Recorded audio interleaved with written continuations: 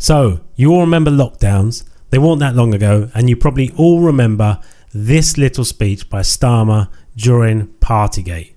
Is up. Yeah. You cannot be a lawmaker and a lawbreaker.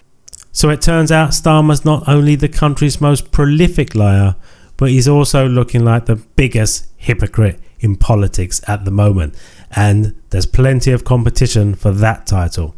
Starmer was asked about his so-called voice coaching during PMQs yesterday, and it seems to have touched a bit of a nerve with him. Have a listen to this. In December 2020, I was in my office working on the expected Brexit deal.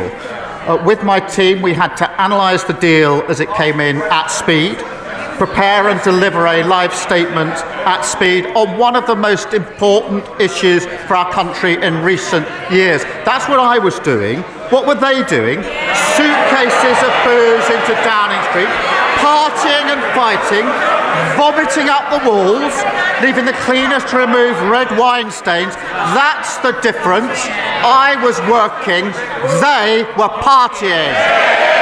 His reaction there suggests to me there's more going on than he's letting on, and he's trying his absolute best to separate his situation with that of Boris Johnson's back when he was hit with Partygate and forced to step down as Prime Minister as a consequence of that. And back then, Starmer was the loudest voice in the room calling for Boris Johnson's resignation, if you remember. He knows his voice coaching story doesn't pass the smell test, and he wants to cut off any and all questioning along those lines. And of course, the police have come out now and they've said they're going to let him off the hook for this. I mean, I wouldn't expect anything else really, but surely having someone travel all the way from Brighton to London during lockdown on Christmas Eve of all days to do it, to teach a so-called lawyer who should be able to speak properly on how to speak properly and trying to pass that off as qualifying for key worker status, to me is just ludicrous.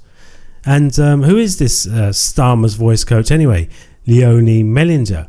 She seems to have no problem back then retweeting Starmer's calls for Boris Johnson to resign, and she seems like quite the Starmer cheerleader. She's claiming that Boris Johnson had lost control of the pandemic, so it appears to be that she is another hypocrite. She wasn't exactly helping the situation, now was she?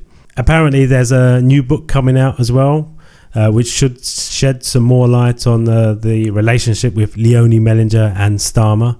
It's titled Get In. I heard there's a snippet from the book that says, Keir Starmer thinks he's driving the train, but we've sat him at the front of the DLR. So that sounds about right to me. So who's actually driving then? Is it Tony Blair? I think my money will be on Blair.